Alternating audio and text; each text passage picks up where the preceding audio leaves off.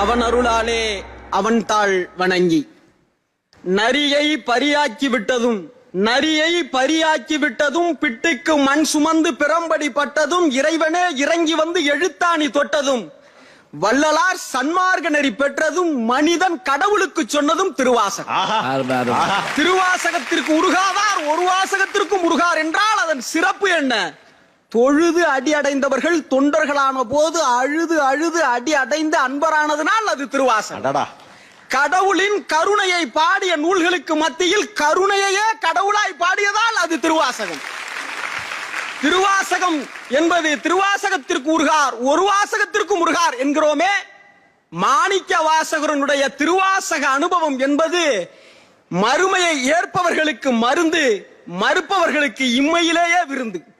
ஆண்டவன் பெயரால் உலகத்தில் பிரிவினைகள் நிகழ்கிற பொழுது ஒரு மதம் பரப்ப வந்த பாதிரியார் திருவாசகத்தை மொழிபெயர்த்திருக்கிறார் என்றால் ஏகன் அநேகன் இறைவனடி வாழ்க, ஏதவன் ஊர் ஏதவன் பேர் ஆறுற்றார் ஆரையலார் ஏதவனை பாடும் பரிசேலோ ரெம்பாவா என மாணிக்க வாசகரை ஈர்த்து ஆட்கொண்ட ஈசனை கண்ட நூலில் போப் இயேசுவை காண முடிகிறது என்றால் திருவாசகம் ஒரு மதநெறி பரப்புகிற நூல் அல்ல, அது மதம் கடந்தும் இறைவனை காட்டுகிற நூல். கலிலியோவும் கோப்பர்னிக்கல்ஸும் உலகம் உருண்டையானது என சொல்வதற்கு பல்லாயிரம் ஆண்டுகளுக்கு முன்னதாகவே அந்த பகுதியின் உண்டை பெருக்கம் அளப்பெரும் தன்மை வியப்பெரும் காட்சி என திருவாசகத்தில் பாடியிருக்கிறார் என்றால் வான் கலந்த மாணிக்க வாசகர் வானவியலை பாடியிருக்கிறார். படைத்தவனை மட்டும் பாடவில்லை, பிரபஞ்சத்தையே திருவாசகம் பாடியிருக்கிறது. ஆன்மீகம் என்பது ஆண்டவனை அடையும் நிலையா? அது தன்னை உணரும் கலை. புல்லாய் பூடாய் புழுவாய் மரமாய் பல்மிருகமாய் பறவையாய் பாம்பாய் கல்லாய் மனிதராய் என உயிரின் தன்மையை பேசி இருக்கிறது திருவாசகம். உயிரை உணர்ந்தால் அவன் தன்னை அறிகிறான் என்று பொருள். தன்னை அறிந்தவனால் பிற உயிருக்கு தீங்கு ஏற்படாது.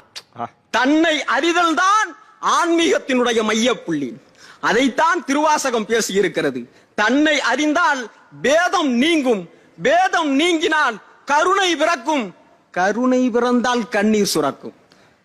51 திருப்பதிகங்கள், 658 பாடல்கள், 3327 வரிகள். எந்த வரியில் போப்பும் வள்ளலாரும் மாணிக்க வாசகரிடம் உருகி இருப்பார்கள் எண்ணி பார்க்கிறேன். விலங்கு மனத்தால் விமலா உனக்கு கலந்த அன்பாகி கசிந்து உள்வுருகும் நலம்தான் இல்லாத சிறியேற்கு நல்கி நிலம் தன்மேல் வந்தருளி நீல் கடல்கள் காட்டி ஞாயிற்கிடையாய் கிடந்த அடியேற்கு தாயிற் சிறந்த தயாவான தத்துவன் என்கிற போதெல்லாம் போப் கொஞ்சம் கலங்கித்தான் இருப்பார். திருச்சதகத்தின் 96வது பாடலில்